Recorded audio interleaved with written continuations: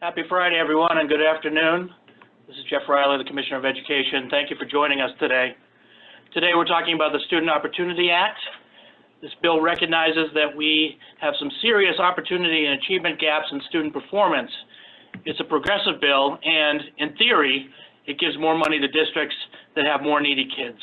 In fact, about 85% of the dollars are going to about 37 districts, which means everyone else will get some money, which is good, but maybe not as much as they had hoped.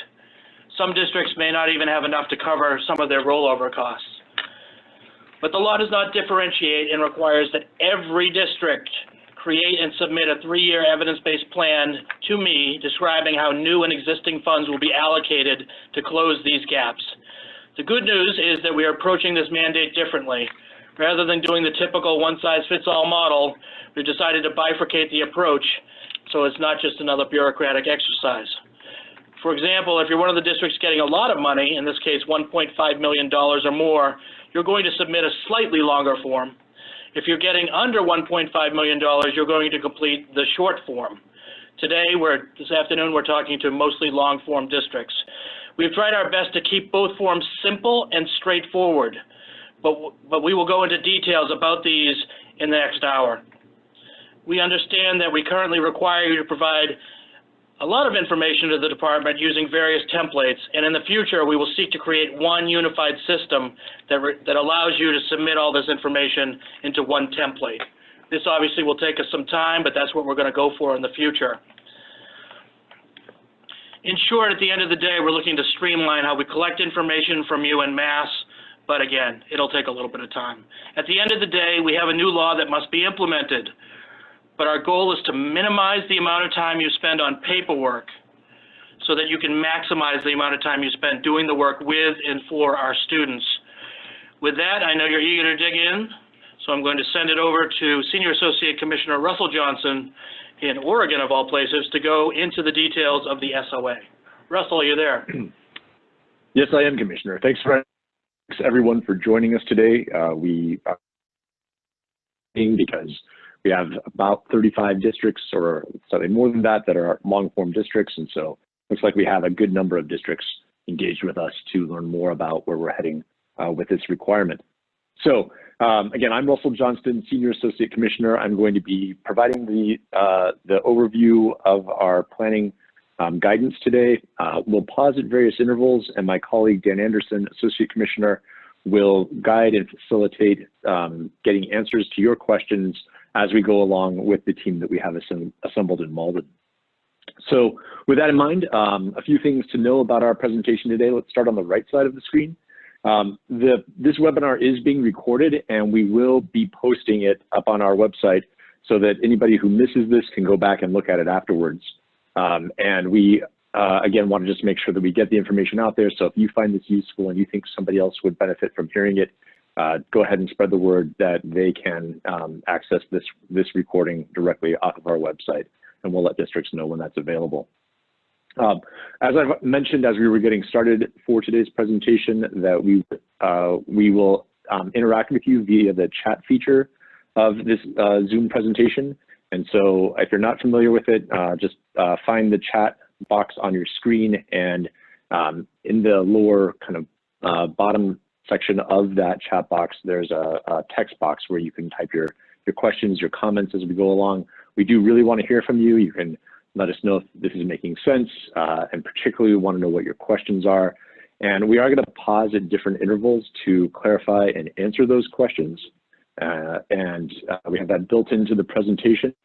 I'm really pleased that, on this call, we know that because we're using this webinar technology, this video conferencing technology, that we are able to get a wide variety of team members, hopefully gathered in rooms together, or maybe joining separately. And so really good that we have district leaders. We anticipate having union leadership. We anticipate having school committee members. We know that there were some members of the legislative delegation that were interested in hearing this. And so hopefully this is just information that will support all key leaders in the development of their Student Opportunity Act plans. And we're really glad to have you all on this call together with us today. So on the right side, the left side of the screen, reviewing what we're going to cover in this presentation. Appreciate the Commissioner's opening remarks. And then from there, I want to walk you through what are some of the commitments associated with the plans that you are developing. We have some suggestions for helping your planning as kind of the middle part of this presentation, including an overview of the evidence-based programs requirement, but really how you make them your own and how they hopefully further advance the goals of your district. We have a quick poll for you so that we can begin to get a read on what types of evidence-based programs you're leaning towards. We want to make sure that we mobilize DESE to be able to help you as you go to plan for and implement those evidence-based programs. So if we know where you're leaning, where you're headed towards, we can make sure that we are readying our teams to support your leadership. Then we're going to look more, because this is the long form call, we're going to look in a deep way at the budget template, and then conclude with some next steps and a final chance to offer you an opportunity to catch up on any questions you might be asking again in the chat feature of this Zoom presentation. So with that in mind, really glad to jump in and kind of explain when you're looking at our template on the planning form that you will be submitting to us, it's really framed around commitments. And I want to be clear about where those commitments come from and why they matter. So really, we want to make sure that the work that you are doing matches the statutory requirements, but also really gets at the underlying issues of why the statute came into being, which is about addressing student opportunity and achievement gaps. So the law itself has 4 main requirements. And what I'm going to do is just walk you through those requirements briefly, but then show you how we've translated them into what I think is just a much more laser-like focus on how we will address those opportunity and achievement gaps in keeping with the requirements of the statute. So first of all, the statute requires that we identify evidence-based programs based on what we know about racial disparities among student subgroups. So for that, obviously, we have to begin by knowing what those disparities are and why there is a difference in achievement among subgroups within our districts, and then identify what are evidence-based programs that will address those disparities. The statute requires us to be really thinking about resource allocation and how we are combining not only these increases in Chapter 70 money, but also other state and federal funds together in order to address those achievement gaps and to implement these evidence-based programs. Obviously, our work wouldn't be complete without knowing if we are being successful along the way. And so the statute requires us to establish targets and outcome measures for addressing those disparities. And that just makes sense. How would we know if we're getting there if we don't establish those targets and outcome measures? And then finally, and very importantly, the statute requires us to identify how we will engage families in an ongoing way as we go to implement these plans. So with that in mind, what I want to take us to next is how we've translated those legal requirements into 4 commitments that we are asking you to respond to in the plan that you will submit to us by April 1st. So this should make, I think, pretty logical sense based on what's in the statute, how we've kind of sort of translated that into much more, I think, user-friendly language, and again, much more focused and deliberate language to help us get right to the core of the issues that we're trying to solve. So to start with, if you look at the guidance that we sent out to you recently, and you, for example, look at the sample plan that we included in that guidance, there are 4 areas that you will be responding to us and providing us with information. And the first is a commitment to intentionally focus on student subgroups. So what do you know about those subgroups? What are your data? What are the data telling you? That's what we want to know about first. And then second, we want to know about what are the evidence-based programs that, and I want to be very clear about this, that either you are newly adopting or perhaps deepening and continuing. There's honestly, nothing more frustrating, I think, for educators and administrators than the kind of layering on effect of constantly adding new mandates and requirements. And so we hope that as you think about these evidence-based programs, you're really thinking about how do they fit with what the district is already doing, what the priorities are that the district has already identified, and perhaps it's time to adopt something new. but it might also just be time to deepen and continue work that you already have in place. And either way, we just want that to make sense to you and your key stakeholders as you go to implement these plans. The third part is that, again, like I said before, we've got to know how we're monitoring our success, how we are actually reducing those disparities in achievement among subgroups. So I'll be saying more about metrics and targets as we go along in today's presentation. And then finally, we want to see your commitment to engaging families, particularly those families representing student subgroups, as part of the narrative that you will provide to us. So I hope that makes sense about how we took the requirements of the statute and translated them into these 4 commitments that we think make good sense, and I hope you do too. Again, happy for you to provide us with any feedback in the chat as we go along if this is making sense. If you have questions, don't hesitate to start putting them into the chat, even as I'm going along. With that in mind, we want to talk to you today about some suggestions for successful planning.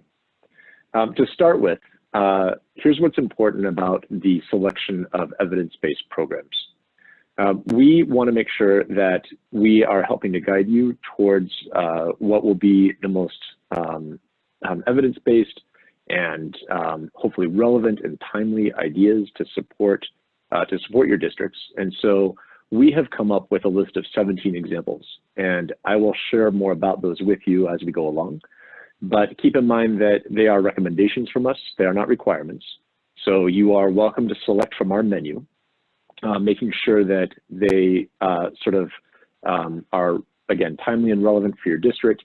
What you're going to find from us are descriptive write-ups, narratives, summaries of these 17 evidence-based programs.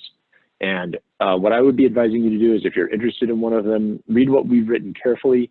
When you go to develop your plan, you will have the opportunity to sort of cut and paste from what we've developed so that you don't have to go reinvent the wheel, but at the same time, we want to make sure you customize the language, make sure that you're owning whatever the initiative is, so that you take some of the best of what we provide, but then really describe it in a way that that will make sense for your community and will do good by your kids. And I'll say a little bit more when we get to the evidence-based programs about how you might also identify evidence-based programs outside of the menu of 17 options that we provide you.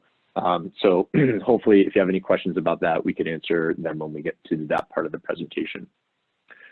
Also, thoughtfully engaging your community is a key activity that we would strongly urge you to be doing right now if you already are not. We think a lot of districts actually have this underway. We know the timeline is tight. I was talking to a superintendent this morning, really brainstorming how we can make sure that we get to the finish line by April 1st and submit a plan that the community will hopefully say, yes, we had a say on this plan and how it came together and how it came to be. But here's what's really important about engaging your community. It's both an activity that you need to be involved in to create the plan, and you're going to see again on the template that we provided you that there's a place where you can provide us, where we will ask you to provide us with information about how you sought stakeholder input in the development of the plan. But very importantly, we also need to know, how are you going to continue to engage families once the plan is being implemented? And so what will ongoing family engagement look like? How will you increase opportunities for families to engage? That's something that we will ask you to briefly describe in your narrative as well. Moving on from that, again, as you're thinking about those evidence-based programs, we really want to stress to you the importance of just doing a few things well. The statute calls for districts to implement evidence-based programs, plural, but we really want you to make sure that you're focusing on a limited set of high priority initiatives that you know you can go deep on, that you know are that right next step for your district that will really advance the outcomes for the kids who've been most historically marginalized.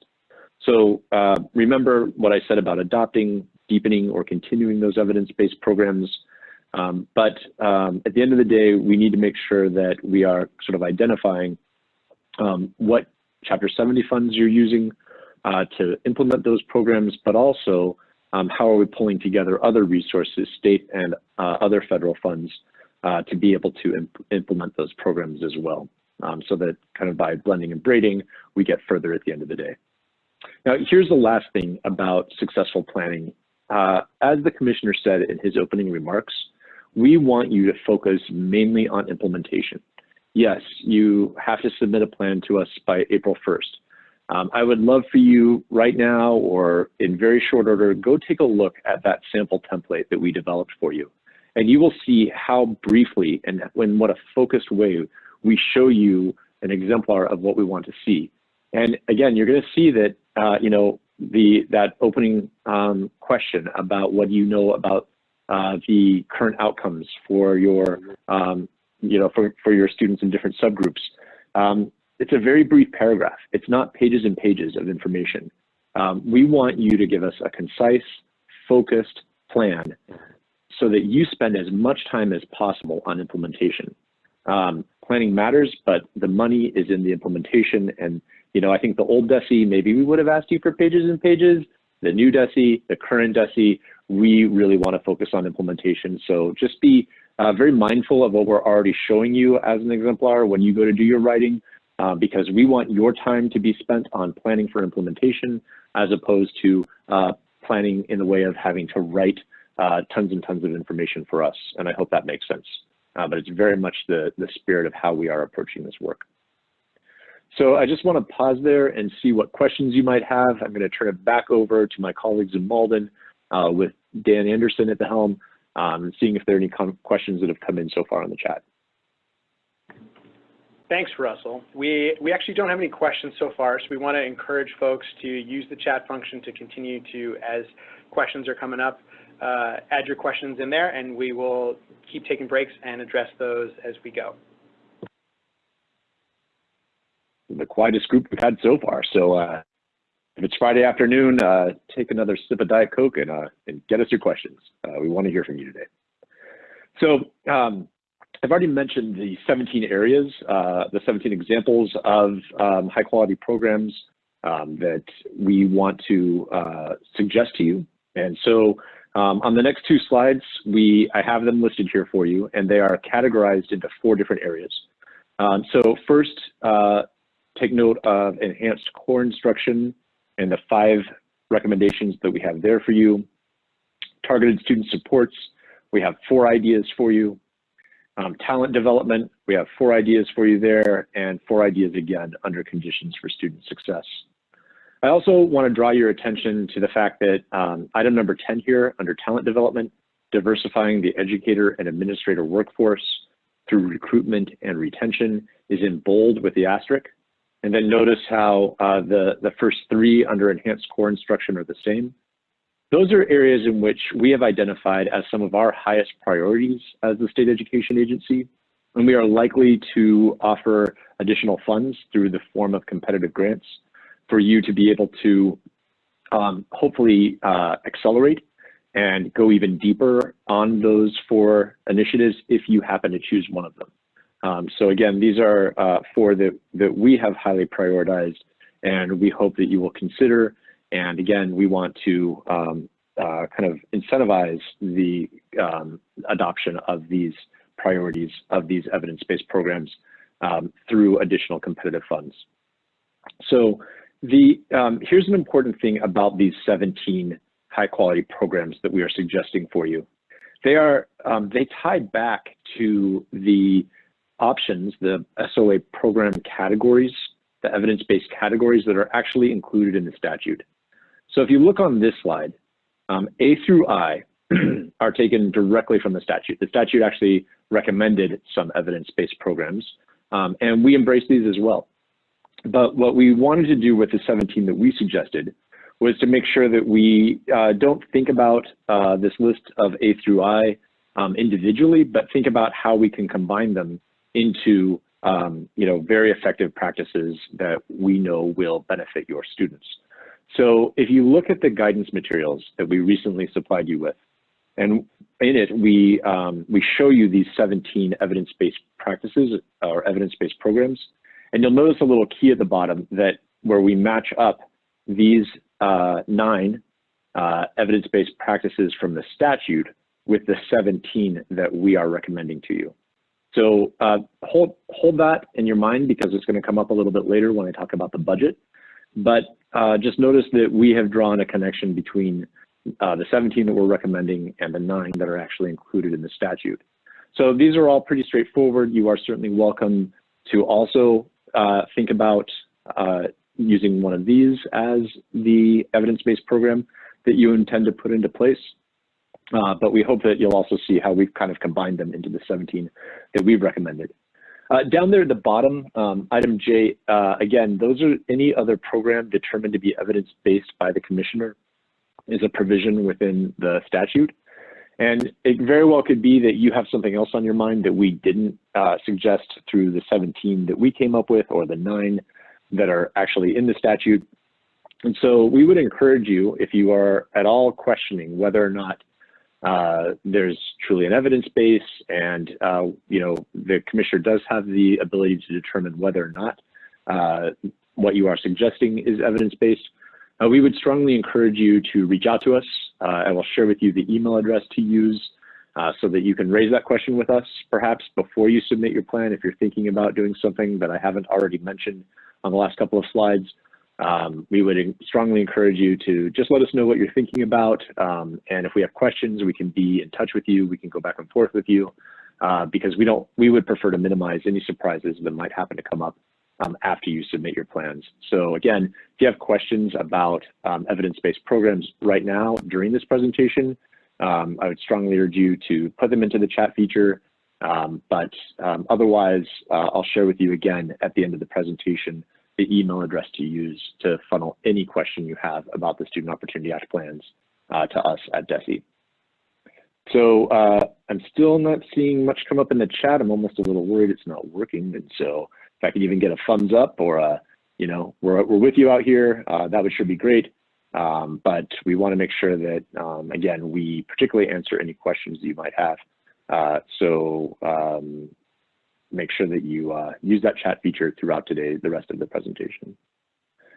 So what we want to do now, also to make this interactive, is to be able to get feedback from you on what you might already be thinking about in the way of implementing, in the way of evidence-based programs. So in the chat feature, we are going to post this bit.ly, and we will ask you right now if you could click on that link that Andrea Condit just put into the chat. You'll find a poll there. And what we'd like to know is, again, what you're leaning towards. So as I said at the beginning of the presentation, we want to make sure that we're ready to mobilize DESE resources and DESE expertise to support you, given where you might be headed and what you might be thinking about. So we'd like to know what kind of trends are beginning to emerge. So for example, if many districts are thinking about early college, we want to sort of get our early college team lined up and ready and mobilized so that as questions come in or so that we can do outreach to you, that we can help you with in any way to develop high quality plans for us, we know, in a short period of time. So looking forward to getting your feedback to this poll. And I hope that we will see that what you give to us in terms of feedback to the poll will be useful information again for us to kind of get a temperature on where you're headed and to make sure that we mobilize our resources to support you. I'm just sort of droning on here a little bit to make sure you have time to click on that link and hopefully just take a second to complete that survey. And again, that information will be very useful to us. So if you don't have a chance to do it now, feel free to just make sure you hit submit to that survey, maybe before you walk away from this session. We know how busy you are, and so if you could just take a minute to let us know, that would be very, very deeply appreciated.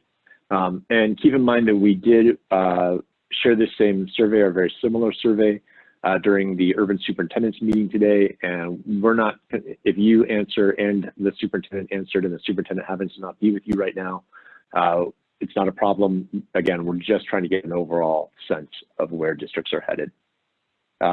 So appreciate your feedback on this survey. Can we put the link in just one more time so that people can access it in case they didn't see it the first time? But we will, again, really appreciate your feedback. So we'll get to questions that are coming in just a minute. I'll just finish this section and then we'll pause for questions. Again, really appreciate seeing them coming in. But again, we really want to make this planning for you as streamlined and focused and really clear as we possibly can. And so we have also provided in the guidance documents that we recently sent out to you and that remain available on our website, and that we included at the beginning of this presentation in the chat feature, a link to them. We have included a checklist because we think it will be very useful for you to kind of know if you're on the right track by using this checklist. And it really, I think, matches a lot of what I've already been talking about. So hopefully kind of no surprises, but again, we know that it's a short timeline between now and when the plans are due. And so we hope that the checklist is useful to you. I would encourage you to take the checklist out either now or after this presentation and compare it against the model guidance document, the completed guidance document that we shared with you as a sample or as an example, and just see the connection between each of the 4 commitments that you are going to respond to us about, and then the checklist that we're providing to just help steer you and help make sure that you're on the right path and that you're not guessing about whether or not you're doing the right thing. So first of all, with commitment number 1, focusing on student subgroups, we are, again, looking for a data-based explanation of the progress that your students in various subgroups are making right now. So, for this juncture, we're recommending that you start thinking about what will that narrative look like, where you're going to describe to us based on various data sources that you have, what opportunity and achievement gaps will look like in your district for various subgroups. And keep in mind that you can use data available to you from us, from DESE, or local measures of student performance.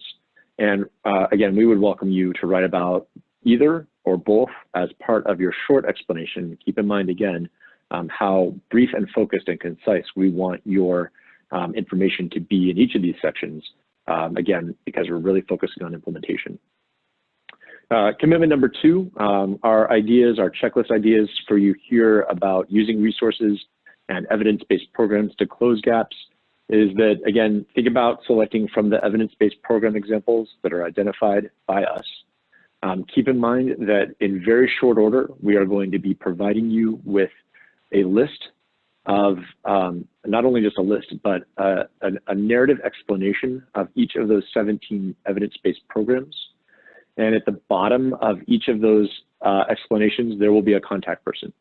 So while by and large, we want kind of all general questions about the Student Opportunity Act plans to go to the email address that we just put in the chat and that will come up again at the end of the presentation.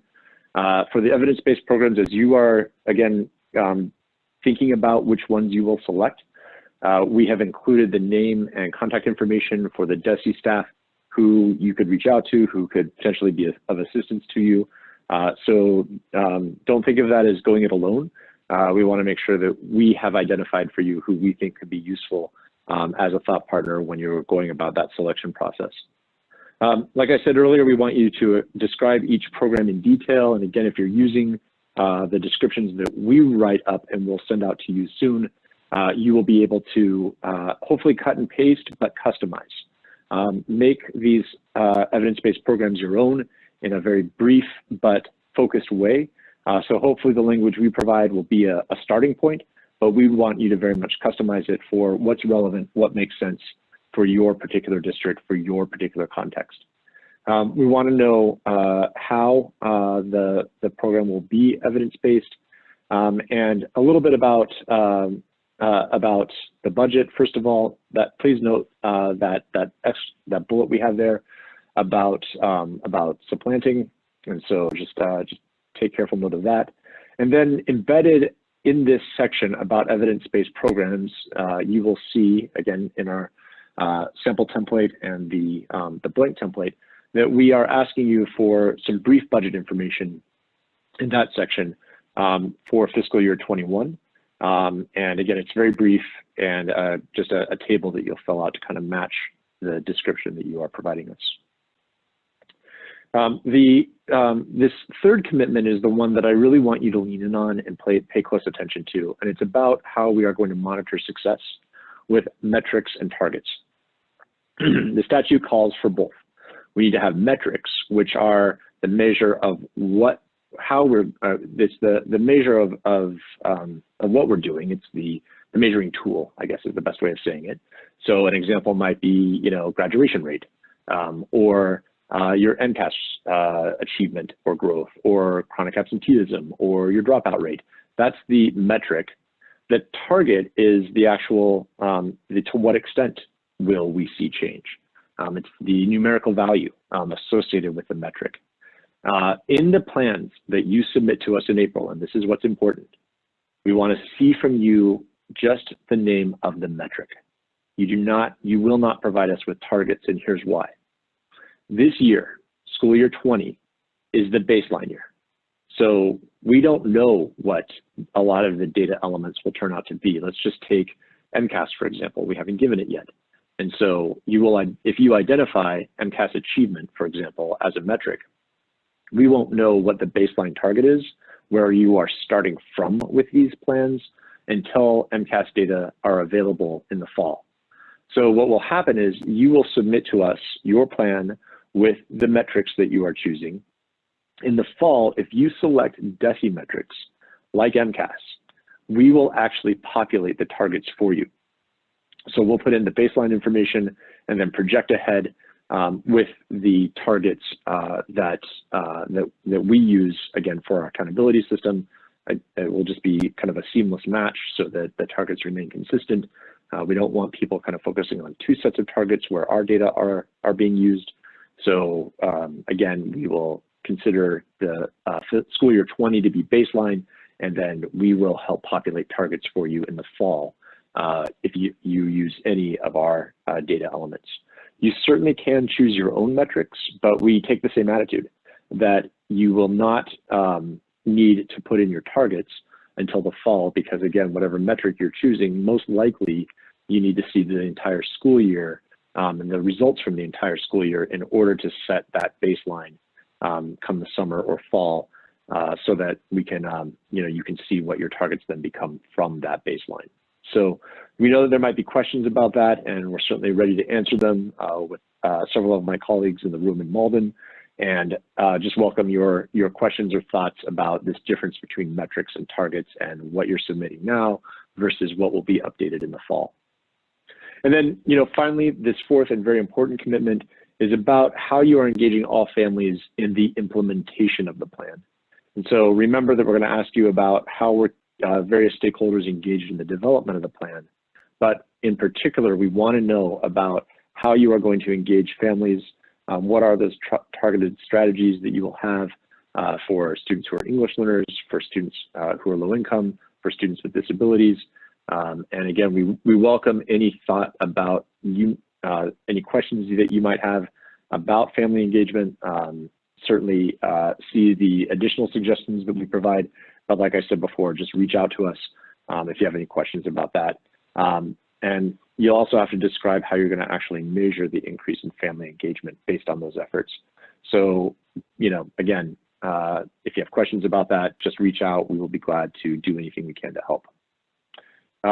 Finally, as part of this checklist, we are wanting to remind you and kind of alert you to the requirements that you'll have for certifications. So the first is that we will ask you to certify that you engaged a variety of stakeholders, and we put in the exact language from the law.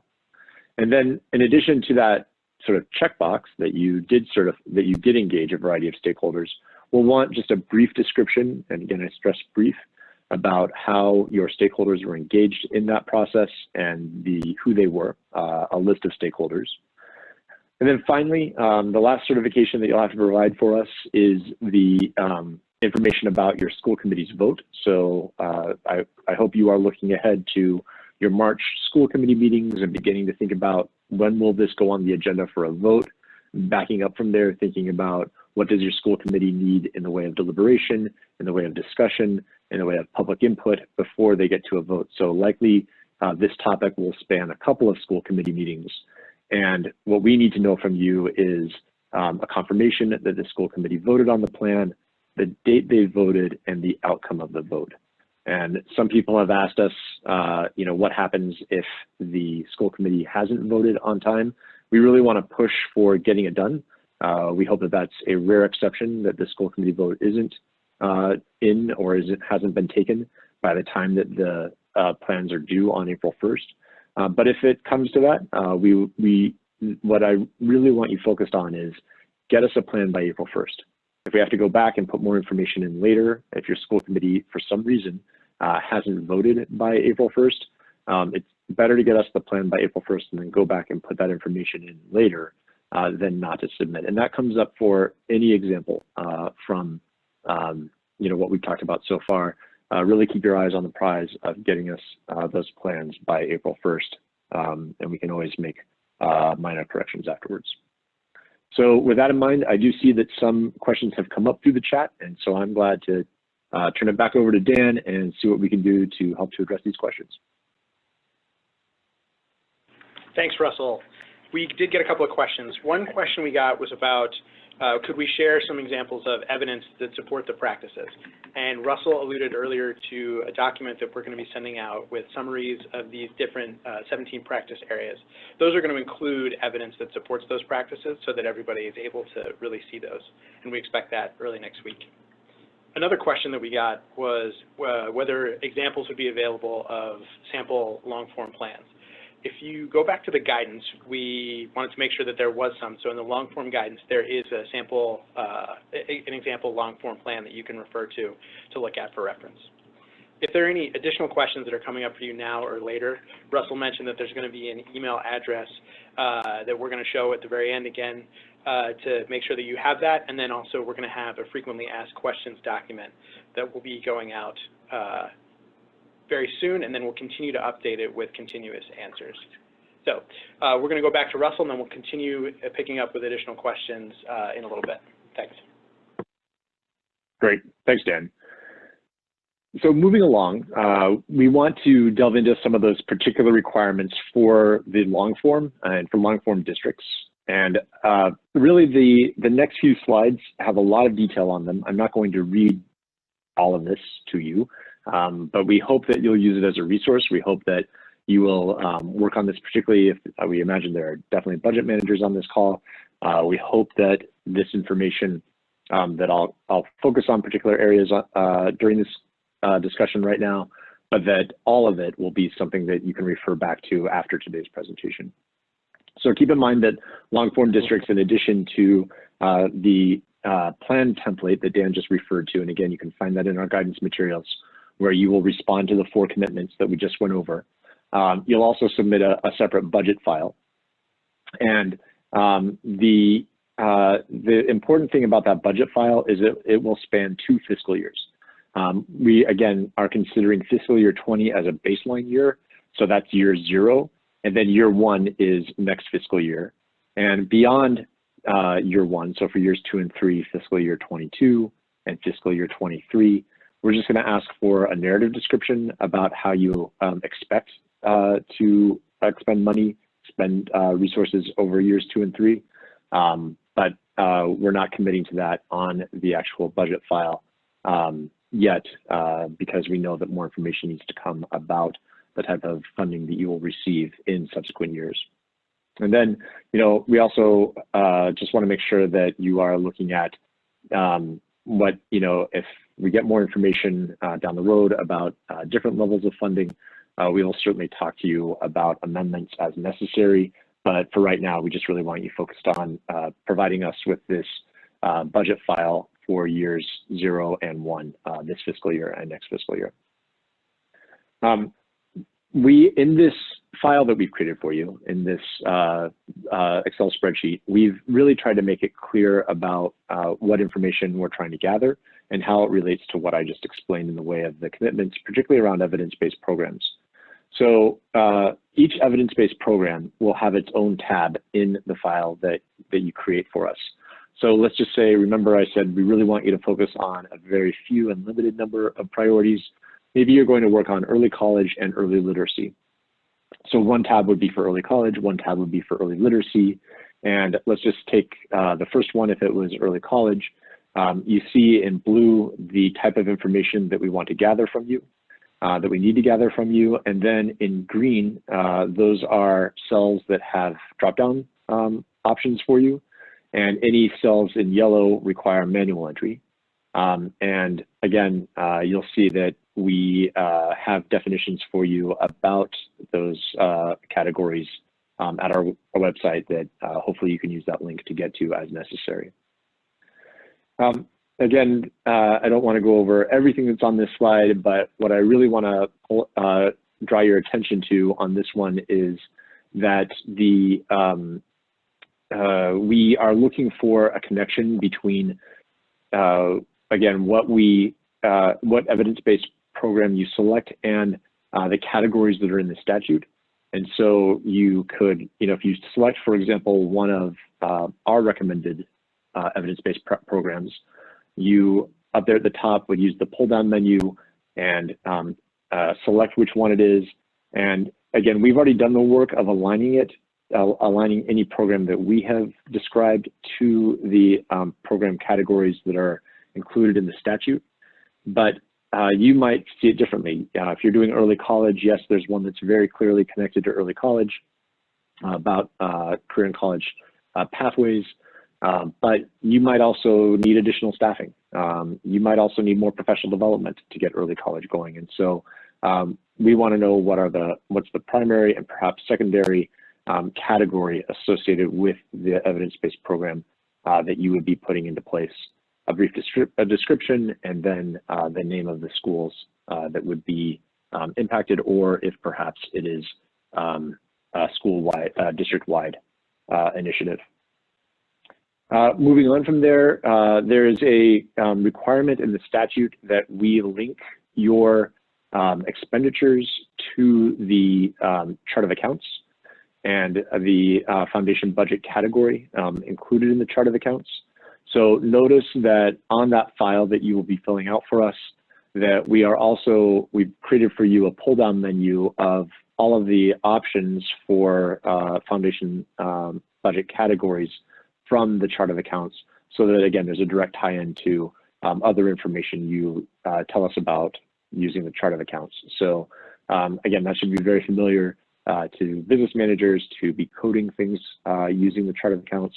And again, we will appreciate any questions that you might have about completing this spreadsheet and linking anything like this to other requirements like the chart of accounts. And then, again, I've already mentioned, but I just want to go into a little more detail about this difference between this fiscal year and next fiscal year. So if you, for example, already spend funds on an evidence-based program, you're going to let us know in year 0 in this fiscal year what you're already spending. So if you, for example, have a way of engaging in early college, which again, we really applaud and are very excited about so many districts getting on board with early college, just using that as an example, and you have expenditure in this fiscal year, we would ask you to tell us about that in the year 0 columns. And then what we want to see is, and then what gets accelerated about early college. If you selected that as, a high impact, solid evidence-based program, then we want to see what will accelerate for students in your district as a result of these additional funds, so that there can be kind of a means of comparison between where you are now and what you will be spending next year using these funds. So again, there's more detail about this in the slides, but hopefully just orienting you to, again, showing us this difference between where you're starting from and where we will be next year. So the middle part of this slide is also what I want to call out about the spending amount on evidence-based programs. We have had a lot of questions about, how do I know what money in my Chapter 70 funds is really for SOA, evidence-based programs, versus what would have naturally been there because of inflation. So we actually do have a spreadsheet available for you. The recommended SOA programs budget, Chapter 70 information is available. We'll make sure that we have it available in a central location for you so that you can see, I think it actually is already there, so that you can see that difference between inflation and then the incremental amount that was added to support the implementation of these evidence-based programs. So we hope that makes sense to you. And again, we welcome any questions that you might have about the development of your worksheets for these plans. So finally, I just want to talk about some next steps to get you started and to get underway. Like I've already mentioned, and good to see in the chat that you're already doing a lot of these things. That's great. You know, plan for and organize stakeholder engagement. We know you're under the gun. We know that time is short, and so some real deliberate and speedy planning we think will help you get to the finish line. We hope that the template that we provided will help you start drafting your responses. So here's what's important about this. We will have an online form available for you in mid-March. We'll also have a portal where you will update your form, where you will upload your form, you know, on or before April 1. But in the meantime, everything that we've given to you now is exactly what will be on the online form. So I've already gone over with you the 4 commitments that you need to respond to and tell us about. If you look at the template that's in the guidance document that we referred to you know, repeatedly throughout this presentation, you'll see the exact same questions that will, you know, prompt you for the narrative that you have to write. And again, you'll see the length that we're looking for. So hopefully that will really get you started. You could begin drafting now and then frankly cut and paste into the online electric form when it becomes available in mid-March. And then again, upload that form by April 1st. You know, we've mentioned and we put in the chat that we really want to funnel all questions to this central email address, soaplans@doe.mass.edu. With the only exception that when you see our description of 17 evidence-based programs, that you can certainly feel free to contact the person or persons who are listed at the bottom of those evidence-based program descriptions if you have specific questions about any one of them. But by and large, we hope that you will funnel your questions. We want to make sure that we are kind of centrally seeing what types of questions are coming up, that we make it easy for you so that you don't have to you know, try to navigate DESE, that if you put your questions in on this email address, that we do the work for you, track down the right person from within DESE, and get you the information you need in a very timely way. So in the way of support, we have heard from some districts that have said that they're not quite aware of the funds that are intended to be distributed to them through the governor's budget through House 2. And so we will just update and make sure that that same information that came out in January is just reposted here in February for anybody who isn't aware. I'm assuming that long-form districts on this call, you must be pretty aware, but just in case, or if you need to share it further, we will have that up by February 10th.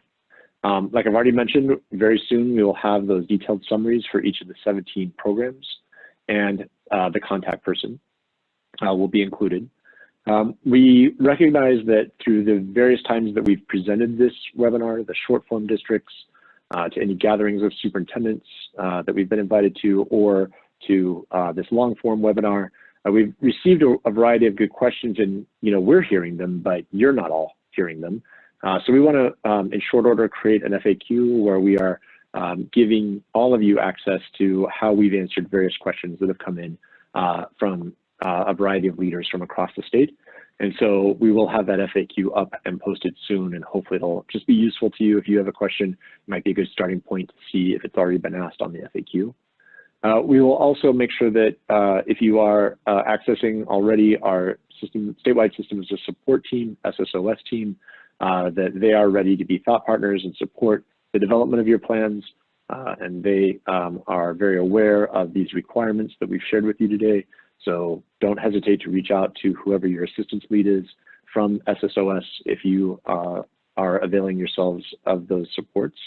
And then, like I already said, like a broken record, this is the email address to use should you want to come back to us with any questions beyond today. We really are ready to help you. We want to make sure that you succeed in developing these plans.